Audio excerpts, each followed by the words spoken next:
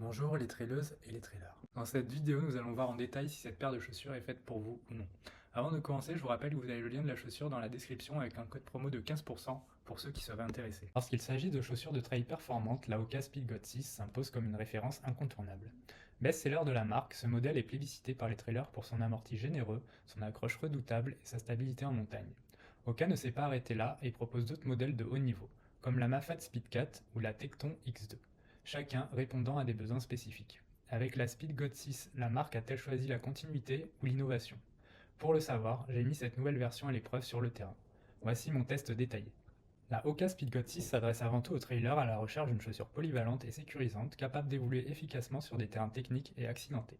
Conçue pour offrir un confort optimal sur les longues distances, elle s'impose comme une des meilleures chaussures de trail pour les ultras, mais reste également adaptée aux sorties plus courtes nécessitant un bon amorti et une adhérence fiable.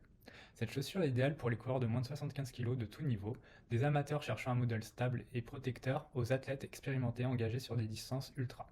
Elle conviendra particulièrement aux coureurs ayant une foulée neutre, bien que son maintien et sa stabilité puissent également bénéficier à ceux présentant une légère pronation.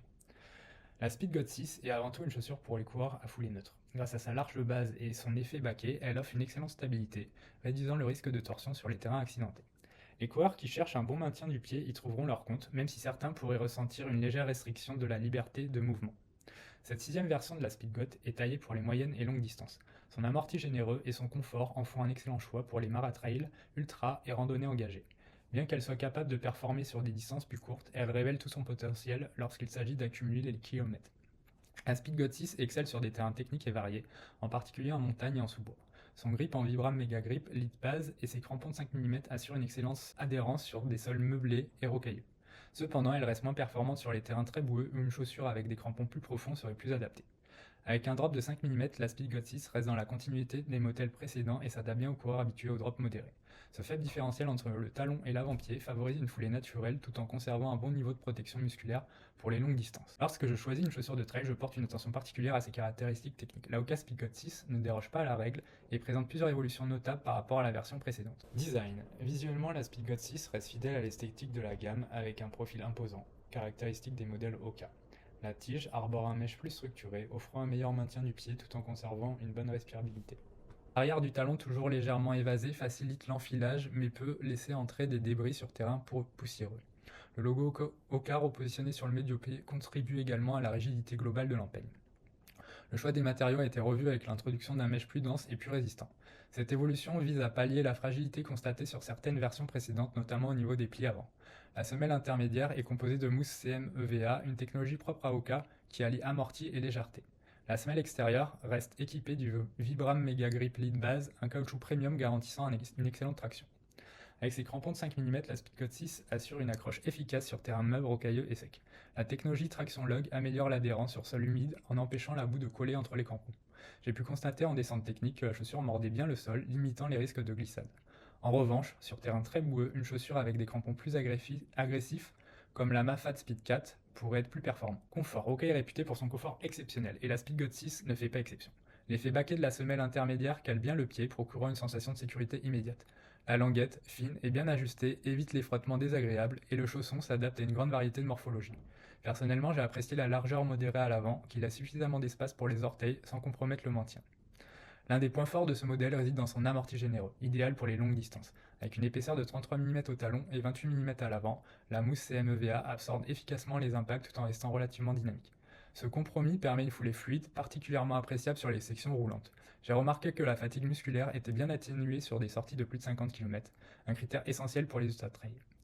Stabilité. La Speedgoat 6 a été conçue pour offrir une stabilité renforcée, notamment grâce à une base de semelle plus large et une rigidité accrue en torsion. Cela procure un sentiment de sécurité accru sur les terrains techniques, en particulier en dévers.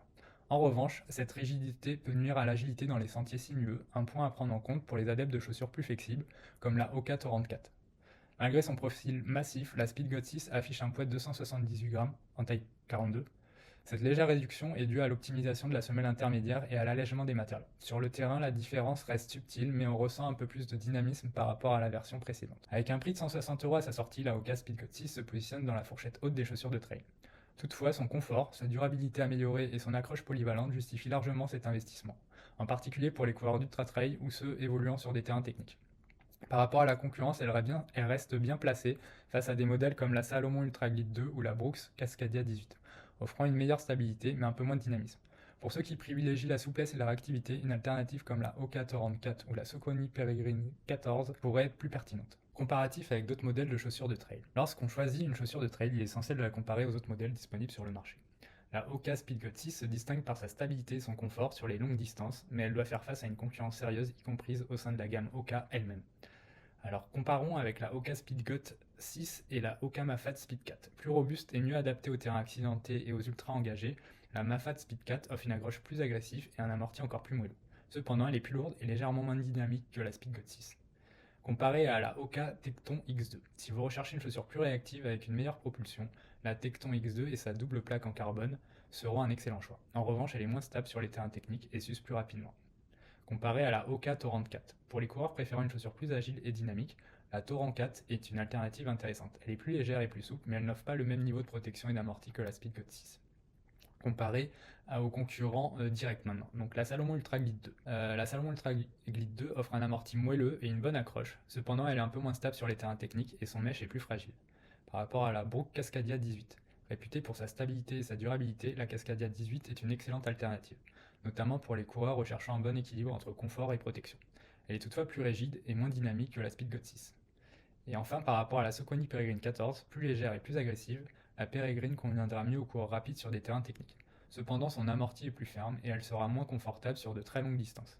Mon avis final sur la Oka Speedgoat 6.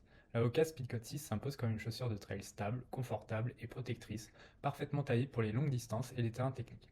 Son amorti généreux, sa semelle Vibram Mega Grip et son excellent maintien en font une alliée fiable en montagne et en ultra trail.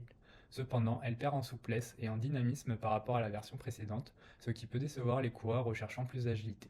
Son pare-pierre perfectible et son manque d'efficacité sur terrain très boueux sont à noter, bien que sa polyvalence reste un atout majeur. Si vous cherchez une chaussure polyvalente et endurante, c'est un choix excellent. Après notre test, on l'a noté à 4 sur 5, avec pour le confort 4 étoiles sur 5, adhérence 4 étoiles sur 5 et protection et maintien 4 étoiles sur 5. Je vous rappelle que vous avez un code promo dans la description de 15%, donc n'hésitez pas à en profiter pour votre prochain achat. A bientôt pour une prochaine vidéo, au revoir.